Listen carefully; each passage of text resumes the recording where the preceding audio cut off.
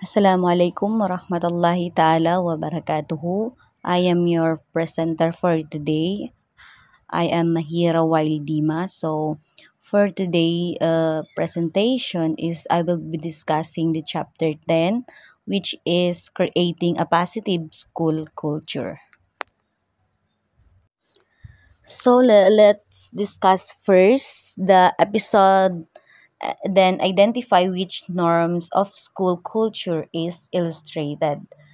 So the number one is when high school students arrive for pre-calculus class, they know exactly what to expect.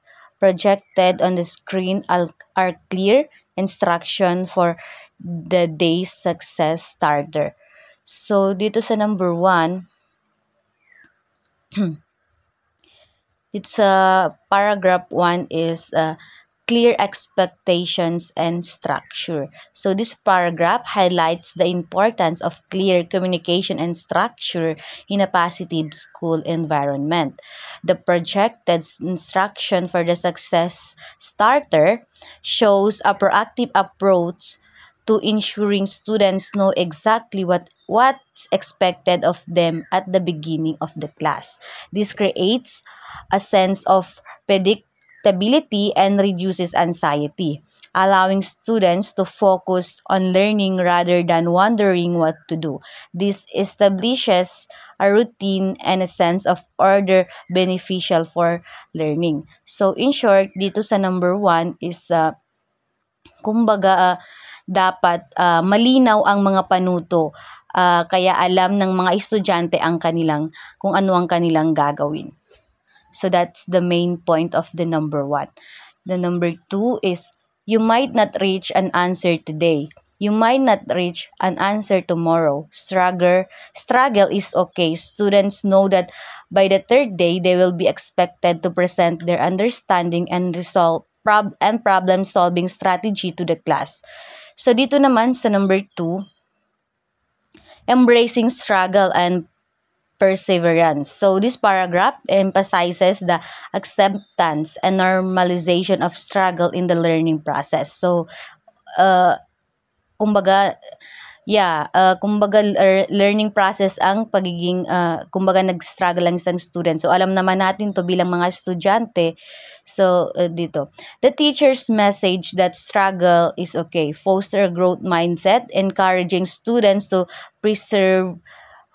persevere through challenges. The expectation of presenting problem-solving strategies on the third day shows that the focus is not just on finding the right answer, but also on the process of learning and critical thinking.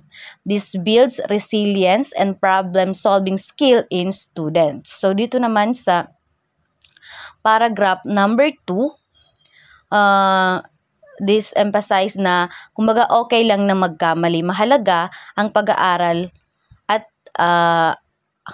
paglutas ng mga problema. So that's the number 2. Number 3 is you have a short memory. She replies with a kind smile. You say this every time we tackle a problem. So dito naman sa number 3, a positive reinforcement and teacher-students relationship. So this paragraph illustrates the importance of a positive and supportive teachers-students relationship. The teacher's kind smile and consistent positive reinforcement. You say this every time you tackle a problem. Create a safe, encouraging classroom environment. This approach builds trust and rapport, making students feel comfortable asking for help and participating actively. The teacher's response show empathy and patience. So that's the number 3. The main point is that mabait at kumbaga yung mga teacher natin is mabait at mapag-unawa sa kanilang mga students. So the number 4 is I hear some students talking while someone is reciting. Can we agree on a rule? Give me a rule, students suggest. So dito naman sa number 4, Paragraph number 4, establishing classroom rules and shared responsibility. This paragraph demonstrates the process of collaboratively establishing classroom rules. The teachers involves the students in creating rules regarding appropriate behavior, talking while others are reciting, promoting a sense of shared responsibility and ownership. This participatory approach fosters a sense of community and respect among students, and it teaches them the importance of following rules and contributing a positive learning environment. So, dito sa number 4, yun nga, gumagawa ng panuntunan ang mga estudyante para maayos ang kanilang yung kanilang pag-aaral, pagkaklase. That's the main point of the number 4. So the number 5 is, today you are going to compute your scores for class, standing written quizzes, seat work, performance tests, and homework. So dito naman sa paragraph number 5, transparency and assessment. So this paragraph highlights the importance of transparency in assessment, clearly outlining how the final grade will be calculated. Quizzes, seat works, tests, homeworks, remove ambiguity and allow students to understand how their efforts contribute to their overall grades. So this promote accountability and fairness, encouraging students to work consistently throughout the course. So yeah, yun nga, it's talk about the transparency in assessment of the students. So nabanggit dito na kumbaga kung ano yung kalalabasan, kung ano yung overall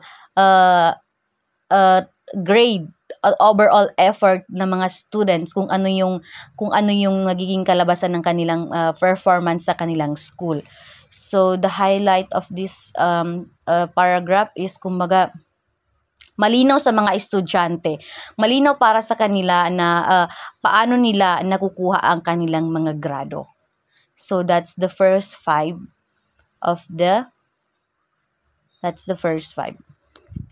Let's proceed to the number 6. During the first week of school, Barb teacher asked her 6th grader 2 questions. What question do you have about yourself? And what question do you have about the world? The students begin enumerating their question. Can they be about silly little things? Ask someone students. So dito naman sa paragraph number 6, paragraph number fostering inquiry and self-reflection. So this paragraph describes a teacher, Barb, initiating a discussion on the first day of school. She asked her 6th grade students 2 open-ended questions. What question do they have about themselves and what question do they have about the world? So this approach encourages self-reflection and critical thinking. Yeah, kasi mapapaisip talaga ang mga students. In that way is makakagawa siya ng self-reflection, at the same time magagamit talaga nila, mag-challenge sila in a sense of critical thinking from the outset. The fact that students question whether even silly little things are valid topics suggests a classroom where curiosity and open inquiry are welcome, regardless of the perceived significance of the question. So this sets a tone of intellectual freedom and exploration. So dito naman sa paragraph number 6 is kumaga pinag-iisipan ng mga guro ang mga estudyante tungkol sa kanilang sa sarili at sa mundo. Tinatanggap ang lahat ng katanungan, kahit ang mga simpleng tanong. So yun nga dito sa paragraph number 6. Sa paragraph number 7 naman is, the sense of community is strong, even palpable, but this sense did not just spring full-blown from being a group of people occupying the same place at the same time. So, dito naman sa number 7 is building community through shared values. So this paragraph emphasizes the strong sense of community within the school. It points out that this sense of belonging is not simply a result of students being in the same place at the same time. It implies that a deeper connection exists, suggesting that shared values and experiences contribute to this strong sense of community. So this suggests the school actively cultivates a sense of community beyond mere physical proximity. So that's the paragraph number 7. Paragraph number 7. So, kumbaga malakas ang pagkakaisa sa paaralan, hindi lang dahil magkakasama sila, may mga may pinagsasama-samang mga paniniwala. It talks about the belief and of the students. Kung 'di ba sa atin naman is kumbaga hindi naman lahat is magkakapareho ng mga paniniwala. Yung iba is kumbaga iba din yung kanilang mga paniniwala. So that's the number 7. Number 8 is because their treasure health, sanitation, and self-discipline, St. Bernadette Catholic School includes the following in their canteens policies. So dito naman sa number 8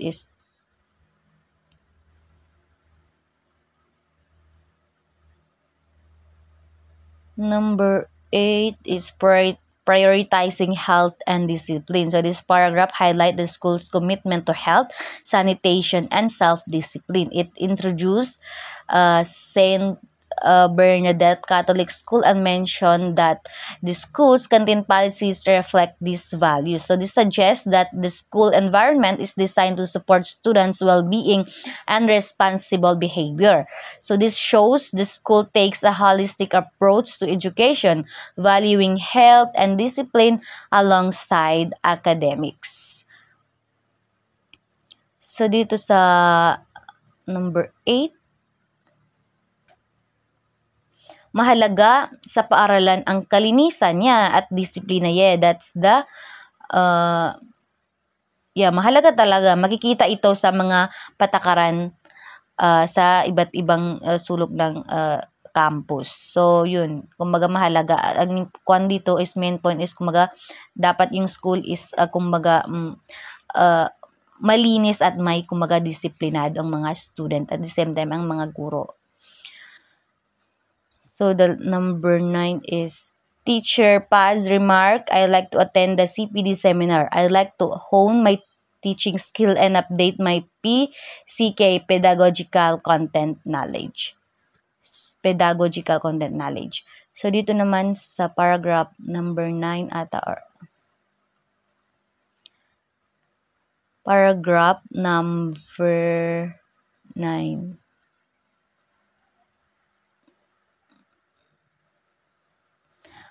Teacher professional development. This paragraph, she focused to Teacher Paz, expressing her desire to attend CPD, continuing professional development seminar. She wants to improve her teaching skill and update her PCK, which is pedagogical content knowledge. So this demonstrates a commitment to ongoing professional growth and improvement. This showcase a dedication to continuous learning and improving within the teaching profession. So ito yung sinasabi ko dati sa una kong report is kumbaga yung mga teacher is kahit nagtuturo na sila is kumbaga willing pa rin sila or gusto pa rin nila na mas ma-improve pa yung teaching skills nila para kumbaga dedicate sila na kumbaga continuous yung learning and improving nila within the teaching profession. Kahit na mga teacher na sila is kumbaga mas hindi nila inahaya na kahit teacher na sila is kumbaga hindi na sila mag-aaral pa. So yun nga, ang highlight dito is kumbaga kahit teacher na sila is willing pa rin silang ma-improve pa din yung kanilang teaching skills. So that's the number 8. Let's proceed to the number 9. Good teaching is honor in this school. So that's the number 9.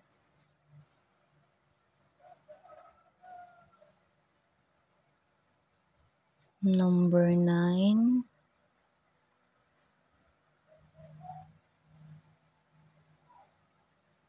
valuing good teaching and protecting academic time. So, good teaching is honor in the school. This statement suggests that the school values and appreciates effective teaching. It implies recognition, support, and potentially even rewards for teachers who demonstrate excellence in their profession. This fosters a culture where teaching is seen as a respected profession.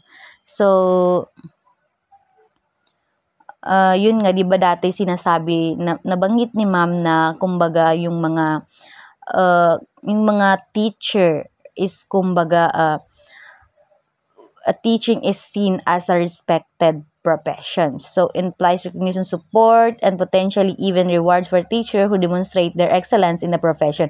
Kumbaga, yung mga teacher is, nire-rewardan din sila sa kanilang pagiging guro na kung saan is kumbaga, yung kanilang pagtuturo is kumbaga excellence. Kumbaga, magaling sila sa kanilang profession is dapat is nire-rewardan din sila. Kasi ang teacher is kumbaga hindi lang teacher yung ginagawa nila, foster a culture where teaching is seen as a respected profession. So,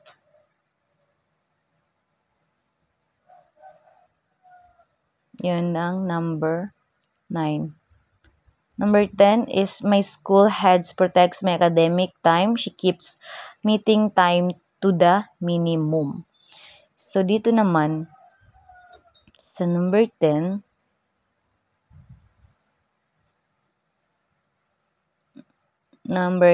my school head protects my academic time. She keeps meeting time to the minimum. This emphasizes the importance of providing teacher with sufficient time for their core responsibilities. Teaching a lesson preparation, minimizing unnecessary meetings, shows respect for teacher and time and workload, preventing burnouts and allowing them to focus on their students. So, yun nga.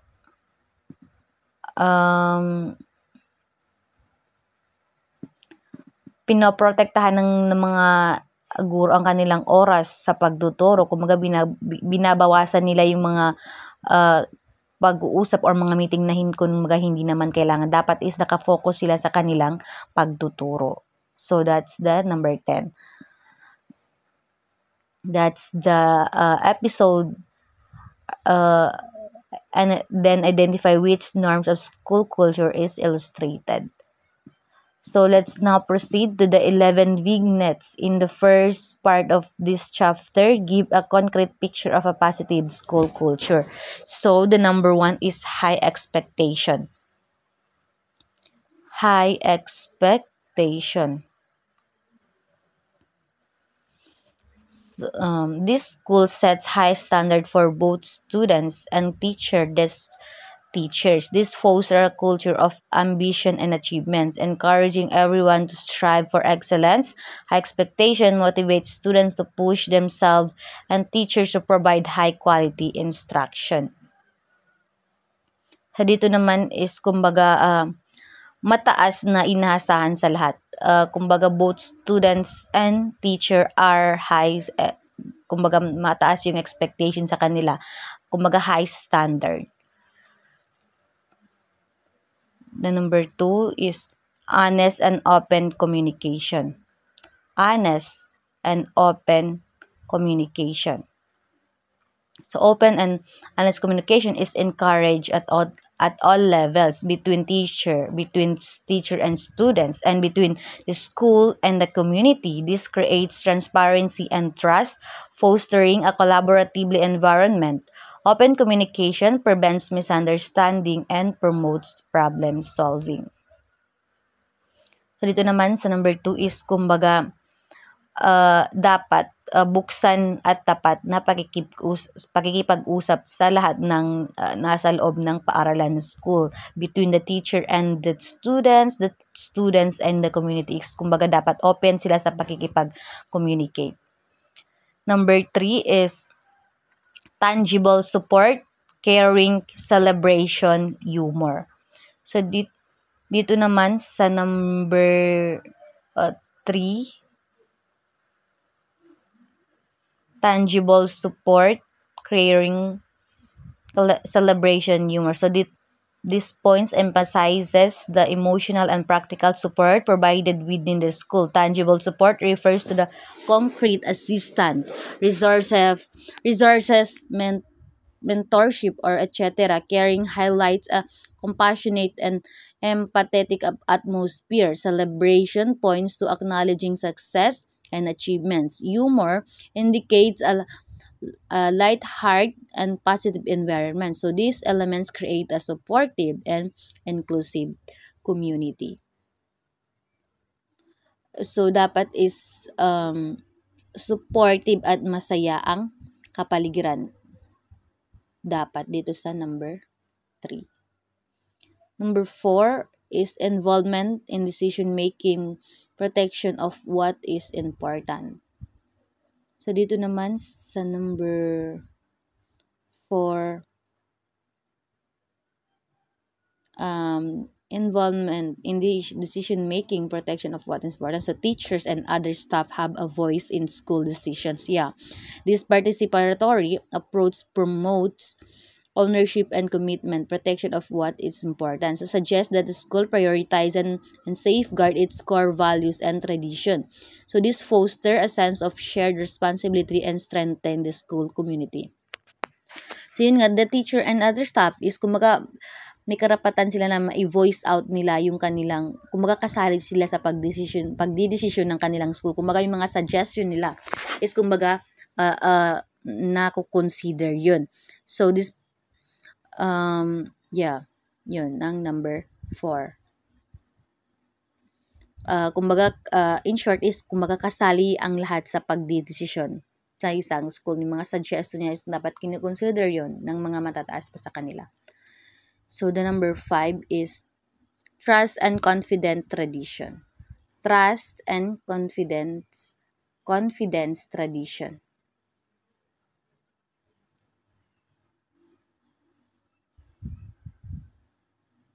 Trust and confidence decision. A long-standing culture is trust and confidence exists within the school community. So this implies a history of positive relationship and reliable interactions, creating a sense of security and stability. Trust is essential for a healthy and productive school environment. Dito naman sa number 5 is dapat is may tiwala ang bawat isa at kumbaga nagkakaisa sila. Kumbaga unity and the same time is kumbaga may tiwala ang lahat. Number 6 is collegiality, honest and open communication for communication. So parang the same with the number 2, honest and open communication. But still to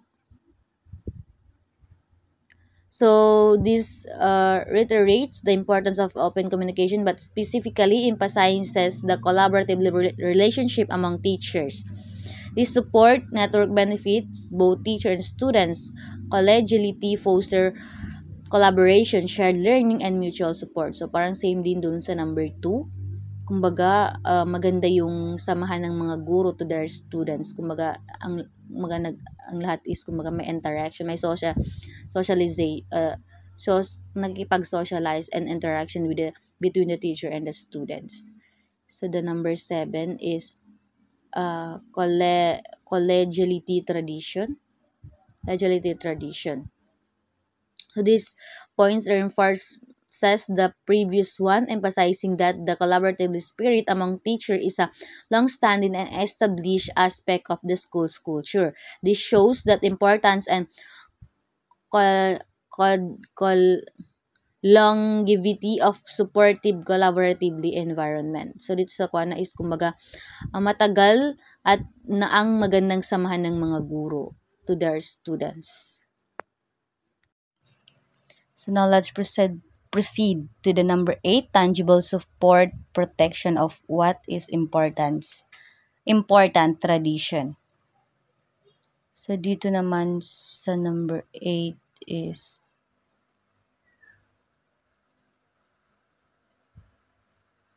keep important school tradition alive. Give real support like time, money, or people to keep important school tradition and events going, like school plays or special ceremonies. So, kumbaga dito sa number 8 is kumbaga dapat is nagtutulungan tayo kung may events ang isang school. Yung mga may mahalagang events, dapat is kumbaga may contribute tayo doon. So, the number 9 is reaching out to the knowledge base. Reaching out to the knowledge base. Learn from experts and new research. Use the knowledge and experience of other schools and teachers and new research to improve teaching skill. Kumbaga, maging aral sa iyo yung experience ng ibang school or teacher para kumbaga mas ma-improve. Kung sa ganun is kumbaga mas ma-improve mo pa yung teaching at the same time yung learning. Kumbaga gamitin ang kalaman ng iba para ikaw ay umunlad. Number 10,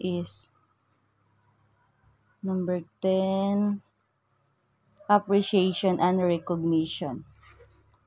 Appreciation and recognition. Say thank you and show appreciation. Recognize and rewards good work from students and teachers through awards, praise, or special events. So, ito na yung appreciation and recognition both students and teachers. Kumbaga ma-recognize yung recognize and reward yung good work ng mga students at the same time ng mga teacher through awards and praise them and or special events. Bilang thank you, magpasalamat at papuri. Kumbaga dapat natin ma-appreciate yung magagandang performance ng mga student natin at the same time yung mga guro natin.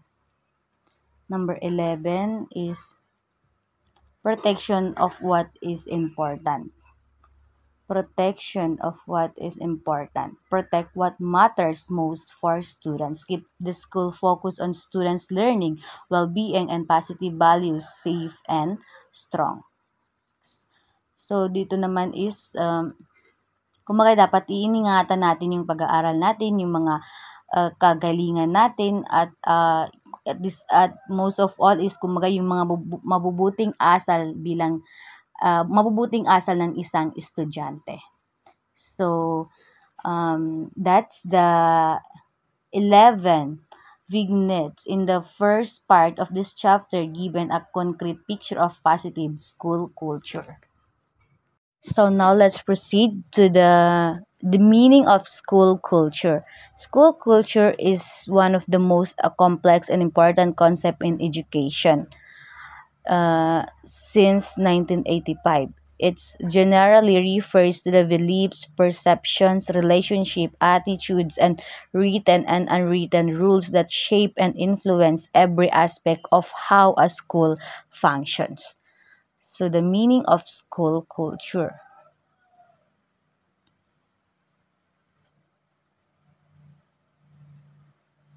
The meaning of school culture.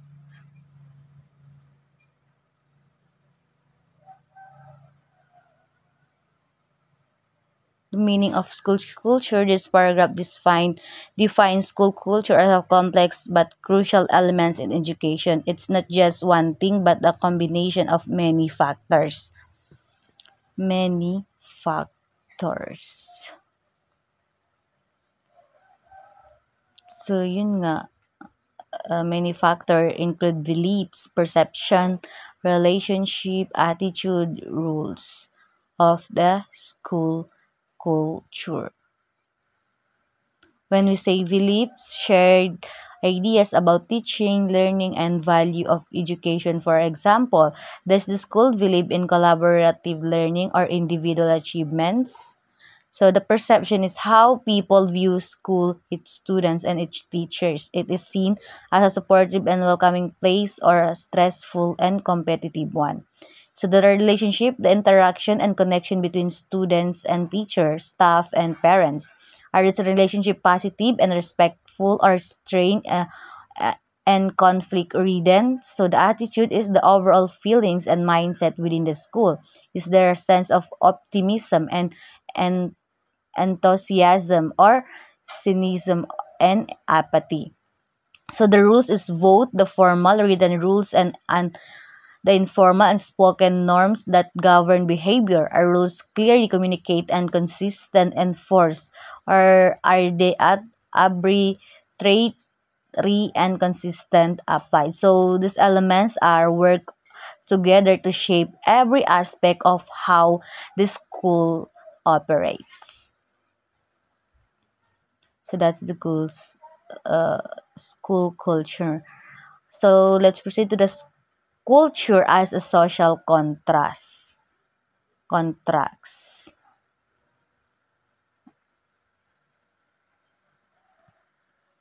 So this paragraph emphasizes that school culture is not something inherent or predetermined. It's not like a genetic trait passed down through generation. Instead, school culture is actively created and shaped by the people with the school community. It's product of their interactions, decision, and actions. This means it can be changed and improved over time.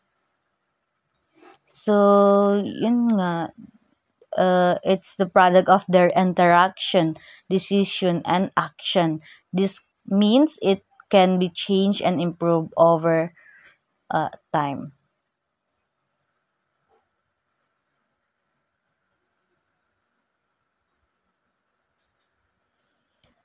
The role of school culture in learning. School cultural matter research confirmed the central role of culture to school success. School culture can be positive or negative or toxic. Positive school culture fosters improvement, collaborative decision making, professional development, and staff student learning. Negative. Malanat na putol.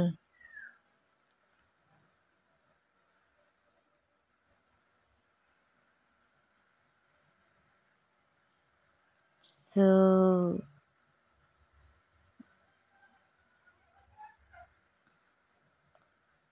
wait.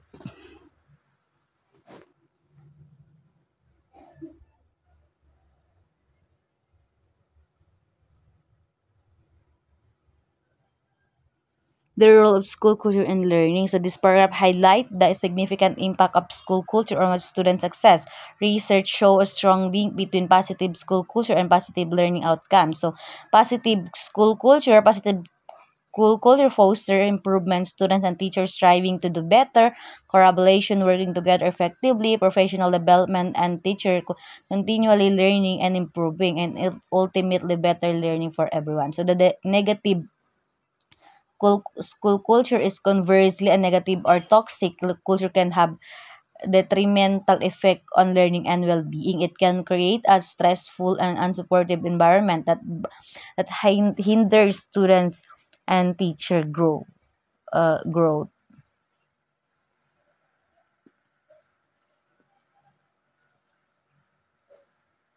So, dapat ang magandang kultura ng paaralan ay mahalaga sa pag-aaral kapag ligtas at suportado ang lahat. Yeah. At nagtutulungan para maging maayos ang pag-aaral at ang yun ang positive na culture. Mas ang negative naman is kumbaga uh, nag, nag, nakakahirap at nagkakawalang gana ang pag-aaral pag negative yung school culture.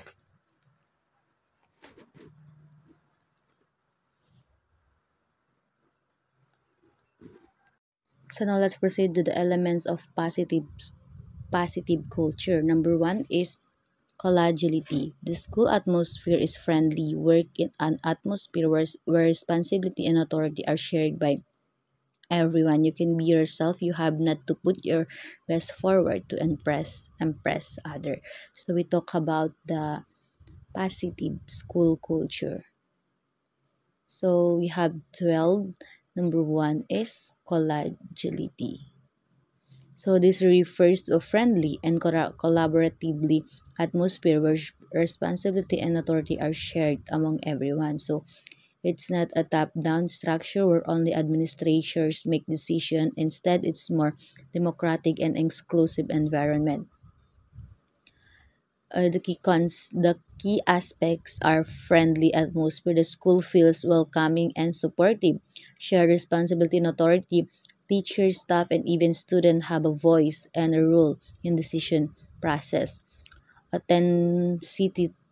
Authenticity. Individuals feel comfortable being themselves. They don't need to pretend or try to impress others. Experimentation, a positive school culture encourage risk-taking and learning from mistake. Its growth mindset everyone's where experimentation is valued and errors are seen as opportunities for learning rather than reasons for punishment. Number two is experimentation. The atmosphere encourage experimentation and so will welcome mistakes as part of the learning process. No students, no teacher get punished for a mistake.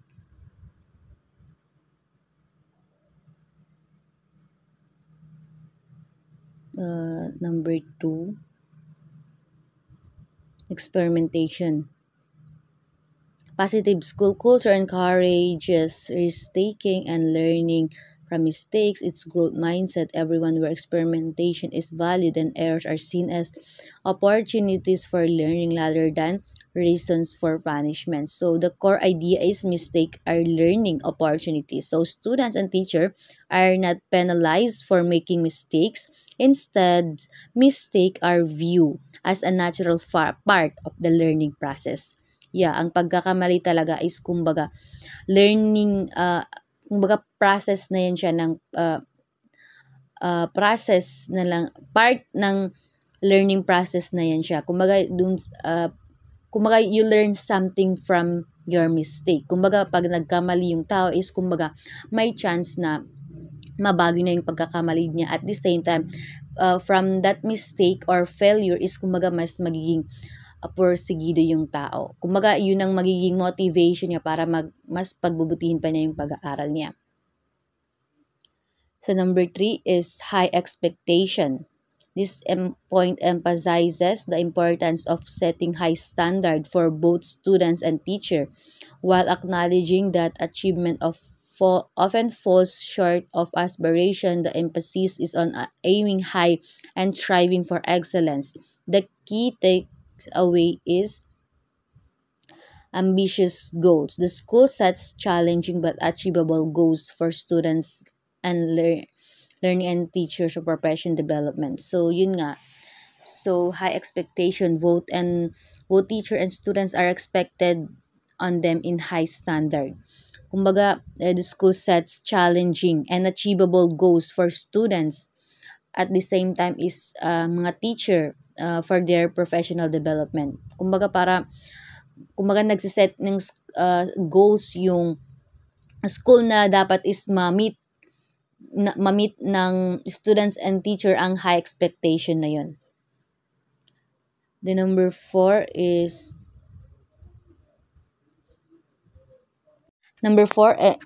trust and confidence. Students, teachers, school heads, and parents relate well and work well when relationships are solidly built on trust and confidence. So, dito naman sa number 4 is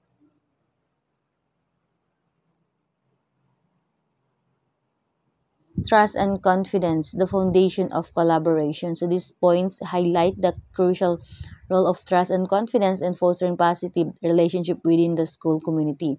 When student and teacher, administration, and parents trust and respect each other, they are more likely to collaborate effectively. This trust is not merely assumed, it's actively built through open communication, consistent action, and shared commitment to the school goals. A strong foundation of trust makes it easier to address challenges, shared ideas, and work towards common objectives. So, di ba nga, pag nagkakasundo at kumbaga may tiwala yung mga students sa mga teacher and parents and the teacher, the staff and the teacher is kumbaga maganda yung flow ng isang school. Kumbaga maganda yung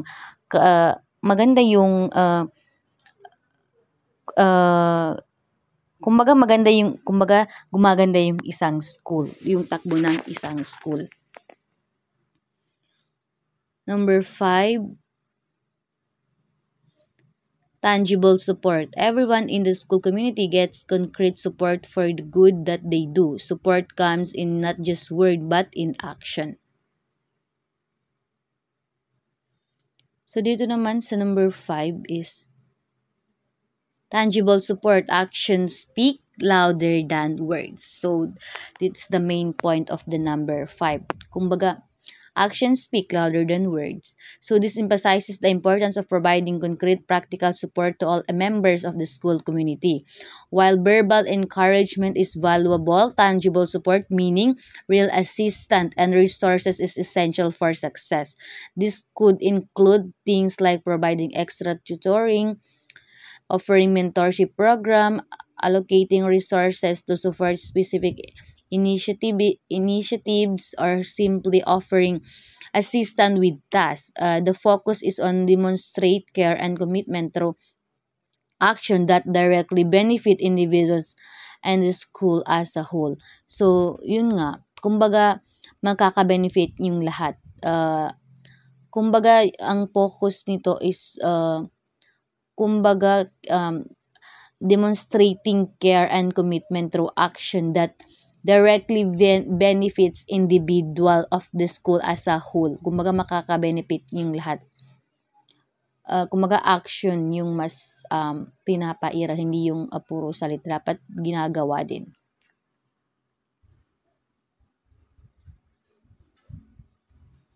Number 6, reaching out to the knowledge base. Teacher care to grow professionally to update themselves on content, knowledge, and pedagogy. The first domain in the Philippines professional standard for teachers. So, dito naman sa number 6 is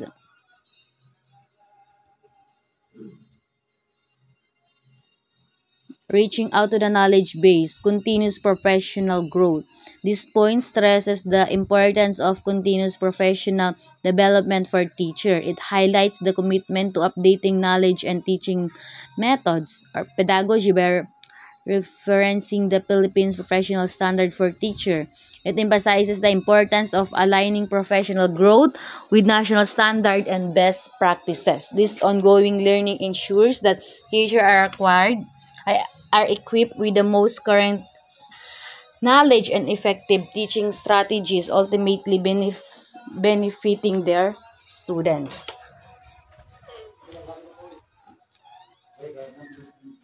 Number 7 is appreciation and recognition. Certainly, words of appreciation and recognition makes classroom climate highly favorable. A reminder to teacher, you are not made less when you praise others. So, dito naman sa number 7 is appreciation and recognition, fostering a positive climate. This points under resources, the power of positive reinforcement and creating a favorable learning environment, acknowledging and appreciating the contribution of all members of the school community, students, and teachers. Foster a sense of belonging and motivates individual to excel. So, this reminder that praising others does not diminish one's own value is crucial.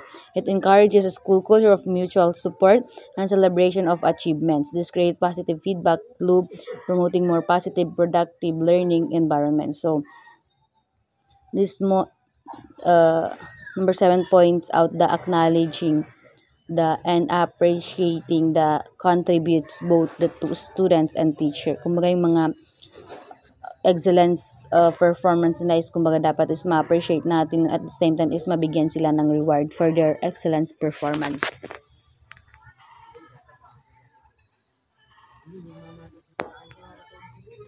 Let's now proceed to the number 8, caring celebration humor. Kids don't care what you know until they know that you care. They don't listen to teacher when teacher doesn't care. It may good to remind teacher that many of students, especially those who struggle, don't receive nearly enough positive feedback in the classroom or in their personal lives. So dito sa number 8 is caring celebration and humor, the importance of connection. These points emphasize that students respond most effectively to teachers who demonstrate genuine care and concern. Academic knowledge is secondary to the teacher ability to connect with the students on an emotional level.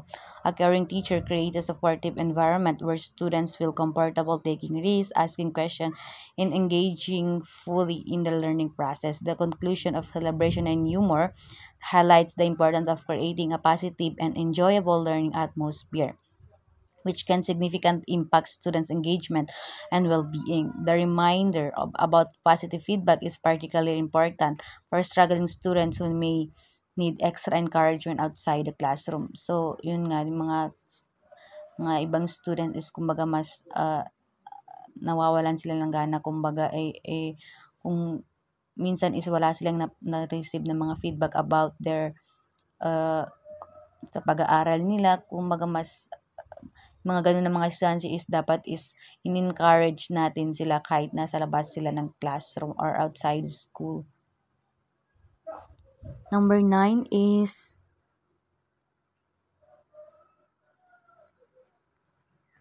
involvement in decision making, involving others who are concerned with decision to be made and chances sense of ownership. They also feed important. So dito naman sa number 9 is involvement in decision making, fostering ownership. This point advocates for participatory decision-making process with the school, involving students and other teachers, stakeholders in decision that affects them, cultivates a sense of ownership and responsibility. When individuals feel their voices are heard and their perspective valued, they are more likely to be invested in school success. Thus, this approach also help to identify the address concerns effectively, leading to the better outcome for everyone's involved. So, yun nga, decision making. Mga lahat is dapat considering kanilang pagdesisyon. They're suggesting both student, staff, kung ano yung pinakamataas na position sa isang school.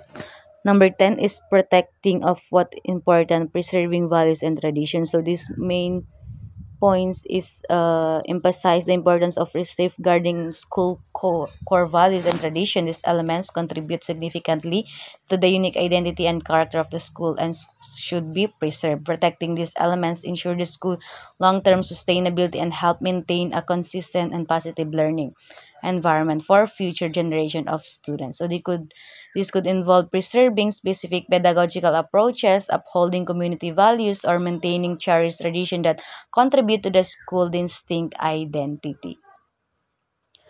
So dito sa number 10 is dapat manatilihin ng isang paaralan mga bagay na nagpapasaya or nagpapakilala rito, mga tradisyon at yung mga pinapahalagahan. Number 11 is tradition building a strong school culture. This point emphasizes that the school culture is not just the absence of negative things like gangs or violence. It's actively built through shared values, belief, behavior. A school needs to deliberate plan a culture-based program to promote these shared aspects. So this creates a strong sense of community where everyone feels connected and part of something bigger than themselves. So simply having rules against negative behavior is not enough. A positive culture requires a proactive step to establish positive norms and tradition. So yun nga, mahalaga ang tradisyon sa isang paaralan.